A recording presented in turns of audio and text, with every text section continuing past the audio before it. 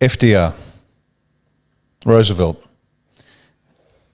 People think of him as the great president that saved the United States from World War II. Well, if they only knew. You talk about a private position and public position in the lead up to the election. Yeah. Where he got his first term. He was saying all the right sounds, making all the right noises, and yet behind the scenes he had people that were negotiating to continue the economic policies that would extend the Depression for another 6, 7, 8 years, depending on how you want to look at it. And so when he got in fact, in those days, he didn't assume office. The inauguration was in March instead of January. And so they had 2 months where the people were really starting to get worried. What's he really up to? What's he really up to? And once he got in, the truth came out. The cat was out of a bag, and they continued. And the Depression was almost done. There were signs of recovery. Yeah.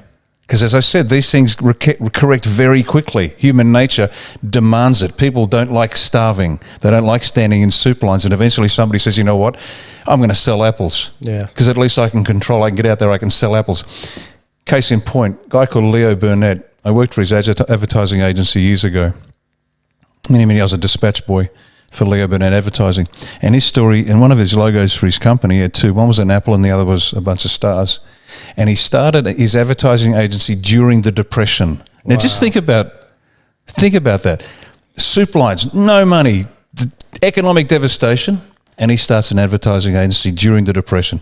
And it continued to, as I said, I worked there as a dispatch boy for a while. And that's a sort of the animal spirit that they speak about in economics that drives us from penury to wealth, from starvation to abundance.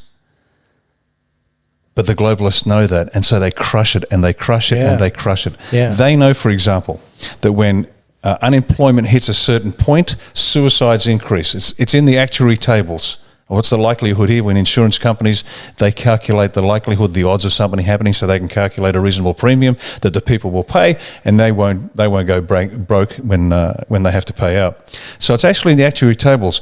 When unemployment reaches a certain point, suicides increase. They know this, so they push it up, suicides. Yeah. So they can chip away, they can destroy us. And when I say destroy the middle class, I don't mean just emotionally and psychologically and spiritually. I mean physically. Yeah. They want us dead. We are the impediment. And there's countless numbers of examples where they have succeeded in, and they're clever. Yeah. They are so clever. They create the solution that they want, and they destroy the competition in the meantime. And let me give you, forgive me if I digress.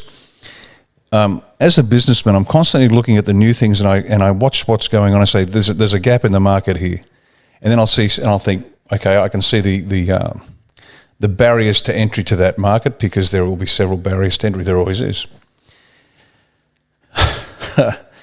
And the taxi business in Australia. Now, the taxi business in Australia for years was a very closed shop. The taxi license plates cost in excess of $100,000. They may have increased to over $200,000 just for a set of plates, right? Kidding. And so these people were quite powerful, and they didn't want anybody coming in and ruining their little mechanism. So people would mortgage their house to buy a set of plates and then work their tails off to get the money back. Now, it was a corrupted system in the first place, because it limited the government would limit the number of plates that were available. So what that did was it guaranteed the profits of the plate holders, and it made the taxi fares more expensive than they should have been. And for years, nobody could crack it. Jeff Kennett in Victoria, the only thing he managed to get from the taxi industry was to paint the tops of their cabs yellow or something to make it look like this is his big achievement. It was just a joke. And then all of a sudden, Uber turns up. And I watched that and I said, how the hell did Uber get in? Because this is a massively closed shop, huge investment in these plates, and the taxi industry was not going to let anybody ruin it. And yet Uber got up, and I thought, fascinating. And I'm a suspicious bastard. Nothing gets up because it's a good idea, because there's a million good ideas a minute. It gets up because it's in somebody's interest for the old model to crash and the new model to get up. And so I'm watching Uber, and Uber gets up, and it's a great service. It fills a gap in the marketplace. Individual contractors, they get to work the hours they like. The quality of the service is generally better than the taxis. Yeah. But that wasn't the problem. It wasn't because it was a good idea. There were a million good ideas. And then it twigged. This was the means by which the globalists could extend their next part of their plan. Now, they knew they were going to crush the restaurants. They're going to crush the middle class. They're going to crush small business. And so all of a sudden Uber Eats turns up. Now, how is it profitable to make the meal, deliver the meal, and still pay barely more than you did before? Now, for a lot of people, Uber Eats are just completely unaffordable. And you get these imbecile actors saying, tonight I'm going to eat Himalayan pink salt on rarefied goat's bladder. I don't know if they realise how moronic they sound. Yeah. But these ads come on and people get confused. Oh, I have to order my food from Uber. Kim Kardashian. Whoever. And so all these pieces come into place. So they managed to smash the taxi industry. And I've had people ring up saying, look, I've mortgaged my house to get this plate and it's worth nothing now. Yeah. And Uber gets up. So the globalists fill in the gap. Yeah. Because they don't want us to go to shops anymore. They want us to isolate us. They want to keep us apart. And all of a sudden it's contact-free delivery. Yeah. Really? Thanks, mate. But it's all part of the system. And so you got to understand, this is not it's not as it appears.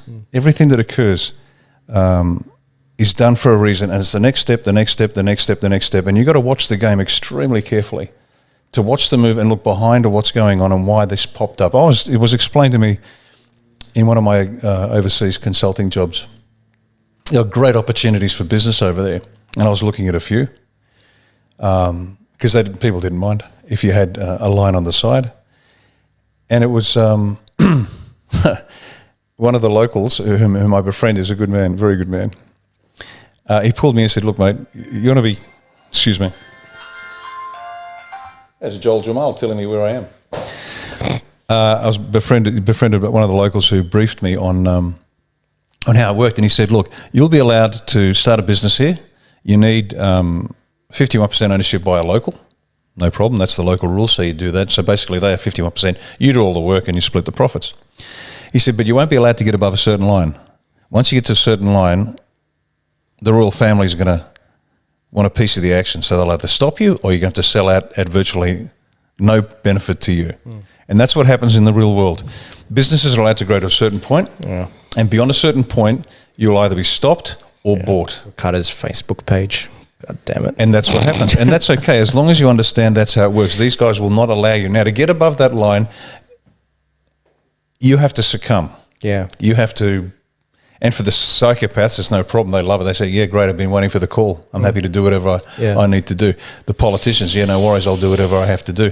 So there's a line below which you can operate, and there's a line above which you may not operate unless you're ready to go. Yeah. Jesus. And so when you know how the tectonic plates move, you worry less about a little anthill that's been built over here. You're actually seeing the entire continent shift, and you can see, okay, I know what's coming next. Yeah.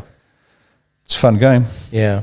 Speaking about manipulation, and going back to the GameStop situation, do you know what they did to try and salvage the establishment's ratings? The Robin Hood were being attacked over there, and this manipulation, like you're alluding to, really happened. They deleted 100,000 negative reviews, Google reviews. I wish that they would do a similar thing for Love Crepe. Wouldn't that be great? It would. And so Google, and by the way, guys, Google is the parent company of Google is Alphabet, and they were the biggest donor of the Hillary Clinton campaign in 2016. Let's remember that. And also, I just wanted to point out that Jesus was out there crashing the markets before it was cool. Yeah, that's a ripper. But the storming of capital is like. I had to cover. I know you guys all know about this. I mean, even Riccardo had already heard about the situation at GameStop, but I wanted to cover this. It's a very big topic, and it plays into populism and what's going on.